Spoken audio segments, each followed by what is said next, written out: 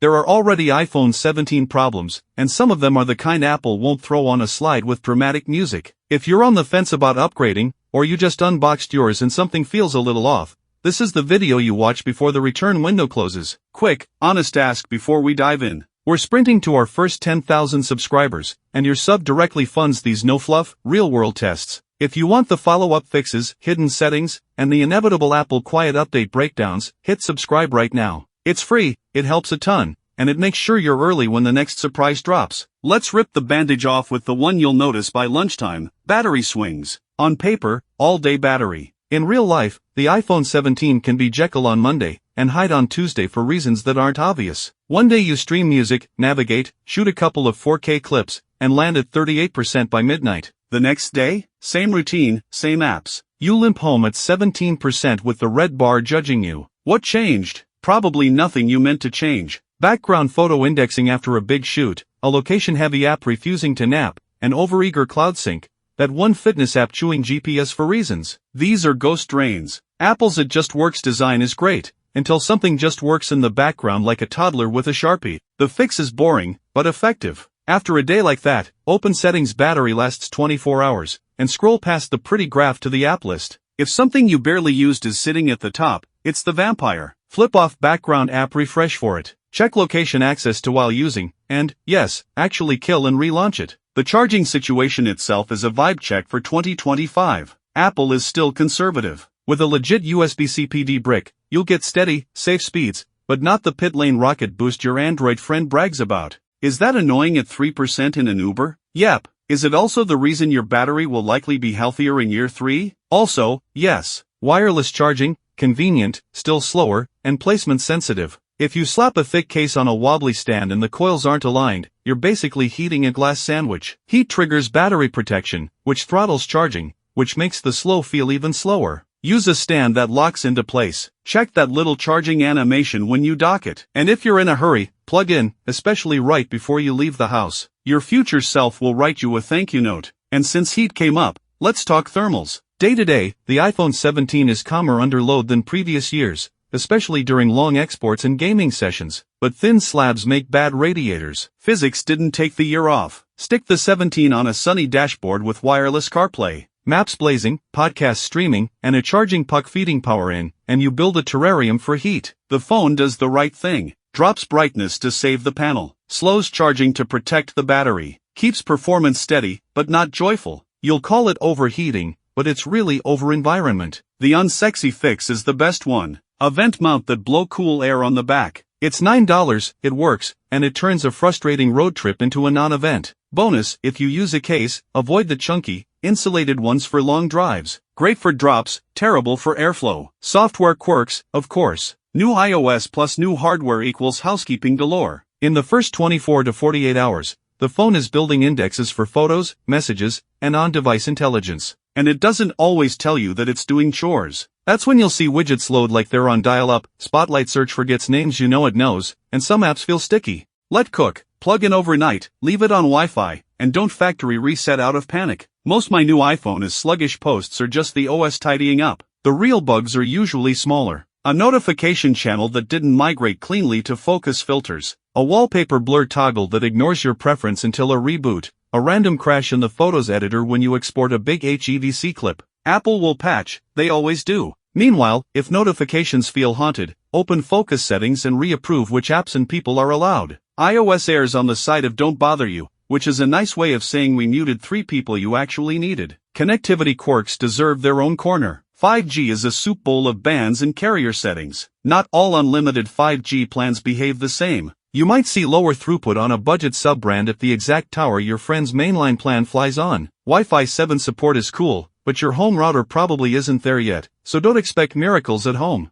Bluetooth multipoint is solid with Apple Gear and politely inconsistent with some third-party earbuds. The fix is painfully simple. After pairing, go into Bluetooth device, toggle off any optional switching behavior first, then add it back once you trust it. And if you're bouncing between a laptop and your phone, keep one of them in manual connect so they stop stealing your headphones from each other like siblings. Let's pour a little tea on the wall garden. iOS is still the friendliest fortress in tech. If you live with a Mac, Apple Watch, AirPods, and an iPad, life is a musical. Calls handoff, copy/paste teleports. AirDrop saves you from did you email it purgatory. But mixed ecosystem friend groups will feel the friction. You're still the blue bubble at the group chat party, which means RCS features your Android friends take for granted. Typing indicators, full-res video, saying group admin don't fully land. Sharing flows assume AirDrop exists. And while Apple loosened a few browser engine rules, the web still tilts Safari. Workarounds exist. Telegram, WhatsApp, Discord. But if your social circle lives in SMS/RCS land, then you're the reason the video looks like Minecraft jokes aren't leaving this year. Price and storage. It's a tax puzzle. Base storage is better now than the dark ages, but 4K/60 video and 5 bursts of ProRAW on a weekend can make even big numbers feel small. iCloud bundles are convenient, and the family plan is actually decent value. Until you look back at the end of the year and realize you've built yourself a cable bundle out of storage, plus music, plus TV, plus arcade. If you create content, pick your poison early. More onboard storage now, or a disciplined offload habit with a fast external SSD and a real USB-C data cable labeled, like it's a VIP. Drawer cables labeled USB-C are often charge-only or painfully slow. Buy one, get one. Future you will hug past you. Durability and repairs. This part is science and luck. The chassis is tough, the glass is harder, and the finish resists fingerprints way better. But a pocket full of sand at the beach or a face-down kiss on rough concrete will humble any slab. The new camera bar glass is less smudgy, but it's still a broad, shiny surface. You'll notice micro scuffs faster than on a tiny lens ring. Cases help, protectors help, and AppleCare feels less like an add-on and more like a copay plan if you live an adventurous phone life. Third-party repair is getting friendlier, but adhesives and parts pairing still make it a dance for anyone who isn't top tier. Moral of the story, even ceramic shield is not physics-proof. Now let's talk smart features that sound great and sometimes trip real humans. The battery stewardship stuff, optimized charging and the 80% cap genuinely extend battery health, but they also require you to remember they exist. If you wake up early for a flight and your phone thoughtfully paused at 80% to be kind to the cells, that kindness feels like sabotage when you're boarding with 79%. Long press the lock screen, charging card, and hit charge to full now. Maybe add a focus-based automation. When travel focus turns on, disable the 80% limit. Likewise, the new standby behaviors are amazing. Low background drain, scheduled housekeeping. But if you live on night shifts or cross time zones weekly, it can take a few days for the phone to understand bedtime isn't a time, it's a vibe. Let learn. It gets there. Durability and repairs. This part is science and luck. The chassis is tough, the glass is harder, and the finish resists fingerprints way better. But a pocket full of sand at the beach or a face-down kiss on rough concrete will humble any slab. The new camera bar glass is less smudgy, but it's still a broad, shiny surface. You'll notice micro scuffs faster than on a tiny lens ring. Cases help, protectors help, and AppleCare feels less like an add-on and more like a copay plan if you live an adventurous phone life. Third-party repair is getting friendlier, but adhesives and parts pairing still make it a dance for anyone who isn't top tier. Moral of the story, even ceramic shield is not physics-proof. Now let's talk smart features that sound great and sometimes trip real humans. The battery stewardship stuff, optimized charging, and the 80% cap genuinely extend battery health, but they also require you to remember they exist. If you wake up early for a flight and your phone thoughtfully paused at 80% to be kind to the cells, that kindness feels like sabotage when you're boarding with 79%. Long press the lock screen, charging card, and hit charge to full now. Maybe add a focus-based automation. When travel focus turns on, disable the 80% limit. Likewise, the new standby behaviors are amazing. Low background drain, scheduled housekeeping. But if you live on night shifts or cross time zones weekly, it can take a few days for the phone to understand bedtime isn't a time, it's a vibe. Let learn, it gets there. Here's a quieter friction you'll run into if you love tinkering. Apple gives you deep features, then hides the doors. The action button is a superpower if you map it to one smart shortcut that changes with focus, camera, and personal. Meeting notes plus recorder and work,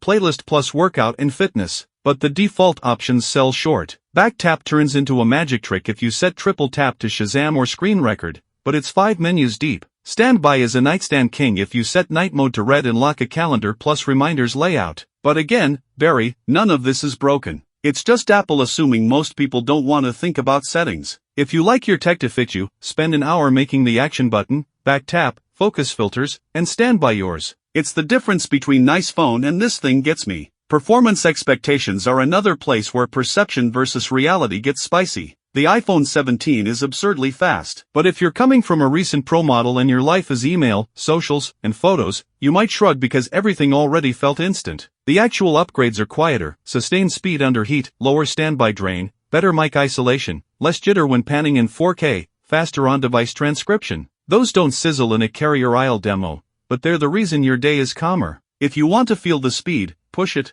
And that wraps up our deep dive into the iPhone 17's early problems, quirks, and fixes. At the end of the day, no phone is perfect, not even Apple's latest flagship. But if you know these issues ahead of time, you can dodge the biggest headaches and make your iPhone feel like it should. So now I want to hear from you. Have you run into any of these iPhone 17 problems yet? Or did I miss one that's been bugging you? Drop your experience in the comments, because your feedback helps the whole community. If this video saved you time or stress, make sure to give it a like, and if you want the follow-up tips, hidden fixes, and breakdowns of Apple's quiet updates, don't forget to subscribe to ZDES Tech and turn on the bell so you never miss out. Thanks for hanging out with me today. I really appreciate your time. Until next time, stay sharp, stay techie, and I'll see you in the next one.